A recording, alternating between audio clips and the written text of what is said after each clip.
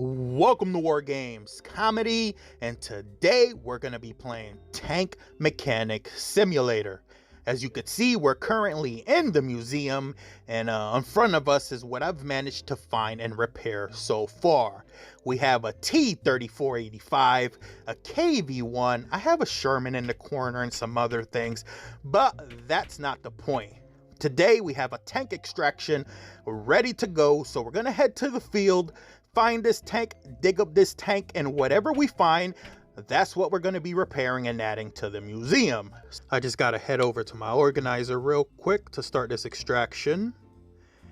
And let's go see what we find. Alright, so let's head to the field. The extraction point or the search point should be right down the road up here on the left. I've already popped the drone, so I'm pretty sure it is a tank. So I'm going to skip the searching because it could be time consuming. But once I find it, we'll get it back to the garage. Well, first we got to dig it up. We'll dig it up, we'll get it extracted, and we'll get it back to the garage, and we'll see what we got and what we got to do. We're back from the field, and I think what we found was a Panzer IIIJ. I might be wrong on that, but let's start this process and let's remove that engine. Let's remove the turret too, because they're both going to have to be gone through and a lot of parts are going to have to be replaced, even though this tank is in good condition. I'm probably going to fast forward past the rust removal, sandblasting, and painting because I don't want to make a 45-minute video. So let's get this process started and get this tank great again.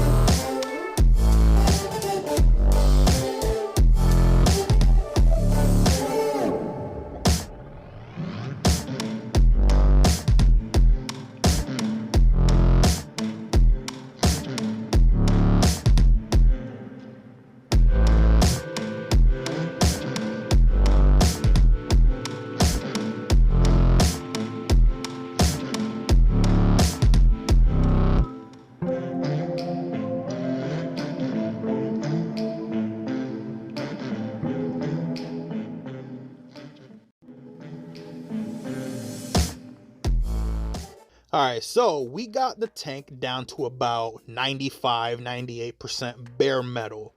But before I slap some paint on the tank, I gotta make sure that I remove all of these parts that either need to be replaced, repaired, or crafted. I don't have the blueprint to craft parts for this tank, which that's how you make parts for this tank. You have to buy the blueprint, and they're fairly expensive. So I don't have the blueprint for this tank yet. So I think what I'm going to do is I'm going to take off all the bad parts. I'm going to recycle them, and then I'm just going to buy everything new for it. I'm not going to repair anything. One thing I will say that I do not like about Tank Mechanic Simulator on the Xbox is the controls. They have options for you to mess around with the sensitivity, but the controls are just wacky, and it takes time to get used to because they're sensitive. They're really sensitive. Now, this being a PC port, I don't understand why they didn't keep the mouse and keyboard as a secondary option, because I've played Tank Simulator on Steam, and it's better supported, it feels better, and it just recently got an update that I know for a fact the console version didn't get and probably won't get for a while. Unfortunately, that's the problem with a lot of PC ports, and it's a big problem I noticed with simulation games, because I like simulation games.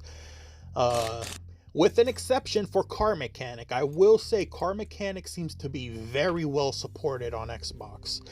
But other games, let's say like Construction Simulator and even Tank Mechanic, it has a few things that I'm surprised have not been addressed yet. So like for Tank Mechanic, and one example I will give you is in the paint booth on console.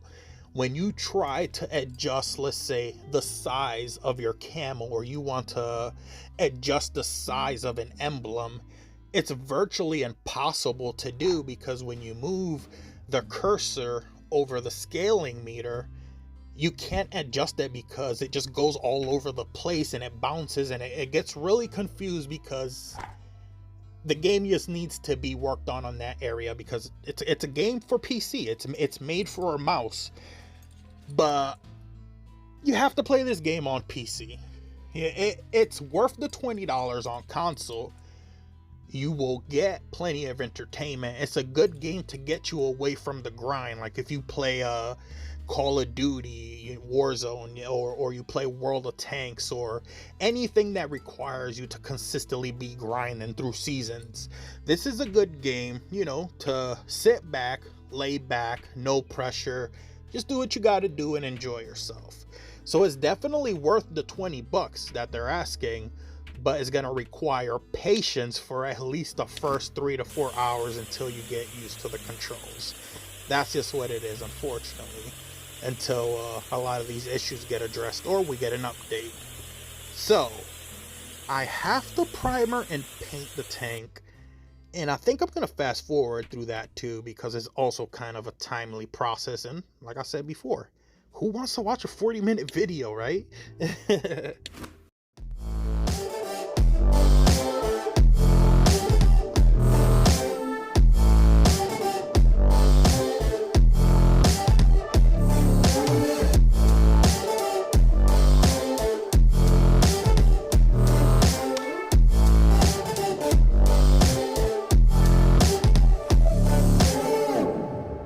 Alright, so we're to the last part. We're almost at the finish line.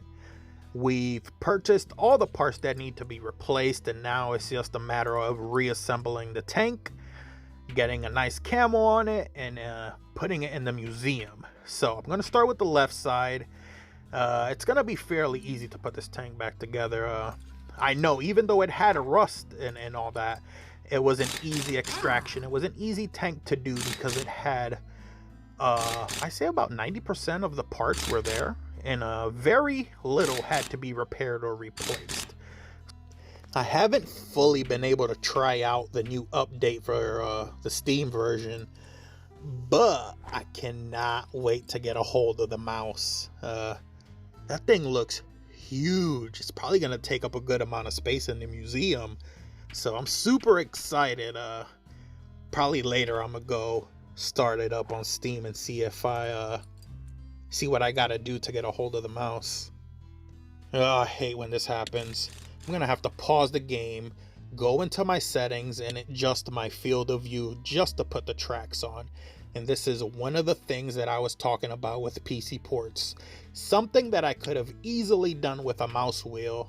I have to pause the game, go into the setting, find the correct setting, and adjust it. Make sure to hit that thumbs up button, guys. It really helps with the YouTube algorithm, and it helps people find my videos. So, what are you waiting for? It's free. Hit that thumbs up button. So just a few minor touches left. We gotta finish putting the engine cover on. Okay, so maybe I'll wait. Let me finish the engine. Let me finish reassembling the engine. Put the engine in, and then we'll finish reassembling the engine deck. Put these, oh, you see what I mean? These fucking controls, man. So difficult to work with. Maybe I'll get it from this side. There we go. That was a lot easier.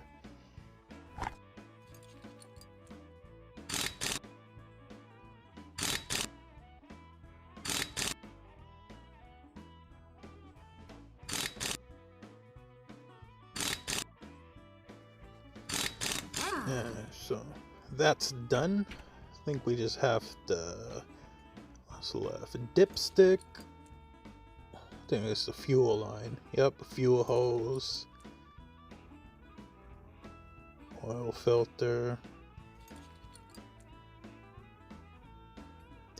Another fuel hose. Fastening and pulley B. I think that's all. I think this 100 is back to 100% and it's like brand new. So we could pop that back in the tank. I think I could finish reassembling the engine deck now.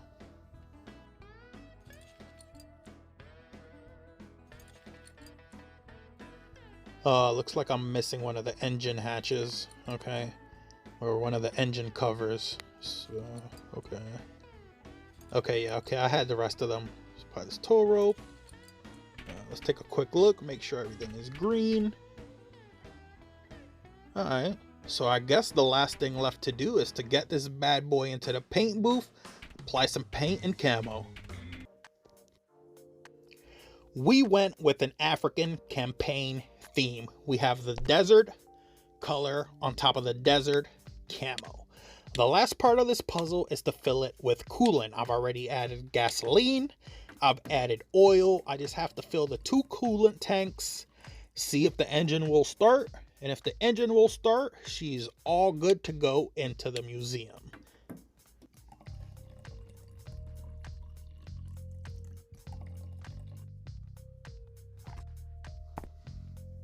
So the final thing we have to do is just make sure the tank starts before we stick it in the museum. Look at the cool animation for the hand crank.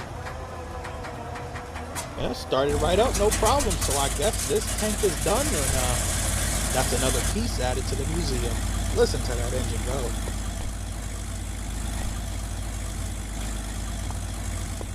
Alright, so that is a wrap on the Panzer IIIJ. Make sure to like, share, comment, subscribe, hit that notification bell so you never miss out on a single video. Why would you want to do that? And to my commanders, stay frosty. Peace!